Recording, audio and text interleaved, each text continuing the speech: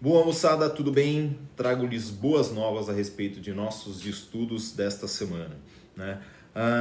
Bom, qual que é o propósito desse nosso mês de aula? Nosso propósito é compreender como funcionam os painéis solares, né? E a partir dessa compreensão, vocês vão ter que propor para a gente novos materiais ou materiais adequados para a produção de energia solar, de energia elétrica a partir da energia solar. Bom, para a gente entender como funcionam os painéis solares, a gente tem que compreender que esses painéis são feitos de átomos e a interação da luz com esses átomos produz a movimentação de cargas e essa movimentação de cargas é o que a gente chama de energia elétrica. Então, para compreender este processo, a gente precisa entender como que as cargas estão presentes nos átomos e é por isso que a gente estudou os modelos atômicos. O modelo de Rutherford, que é esse que está aparecendo aqui, é o primeiro modelo que a gente tem um núcleo circundado por cargas negativas. Nesse núcleo existem prótons e nêutrons, cargas positivas e partículas sem carga, e os elétrons estão ao redor. Então a gente começa a ter a primeira ideia de como as cargas estão disponíveis nos átomos. E a partir daí a gente pode pensar como elas podem deixar os átomos para produzir energia elétrica. Só que o que Rutherford não consegue explicar? Bom, ele não consegue explicar exatamente como essas cargas estão distribuídas ao redor do átomo. Então, elas estão em quais posições? Qual é a movimentação delas? Qual é a velocidade? Qual é a energia? Isso Rutherford não conseguiu explicar. E é exatamente isso que a gente vai estudar essa semana.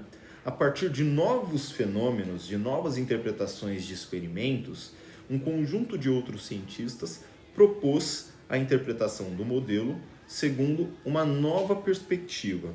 A perspectiva que a gente chama da quântica, tudo bem? Então a gente vai entender que tanto a energia luminosa quanto qualquer tipo de energia pode ser dada de maneira quantizada.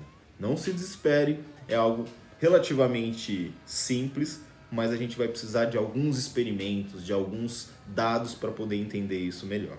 Tá ok? Então a partir dessa semana a gente vai estudar o modelo de Rutherford ou o modelo de Bohr ou o modelo de Rutherford-Bohr, que é a soma desses dois modelos, e vai entender a partir de alguns fenômenos um pouco mais da estrutura dos elementos químicos, um pouco mais da estrutura dos átomos. Tá ok? Preparados? Então a partir dos próximos vídeos a gente vai falar da mecânica quântica e dos modelos relacionados a essa mecânica quântica. Bom, e a segunda parte do conjunto de aulas dessa semana vai falar um pouquinho a respeito das massas dos elementos químicos, né? Então a gente viu no finalzinho da última aula da semana passada que foi determinada a massa dos prótons, dos nêutrons, dos elétrons, e com isso a gente consegue pensar mais de maneira mais precisa a respeito da massa de cada elemento químico e, portanto, da massa dos compostos que são formados por elementos químicos. A gente viu uma representação, que é essa que está aparecendo aqui. E essa representação ela traz o número de massa, né, que é a soma da quantidade de prótons e elétrons existentes, o número de prótons na parte de baixo, e sabendo que se um átomo é neutro, a gente sabe que o número de prótons e elétrons é igual. Para íons, como essa outra representação que está aparecendo, a gente sabe que o elemento pode ter mais elétrons ou menos elétrons em relação ao número de prótons. Tudo bem?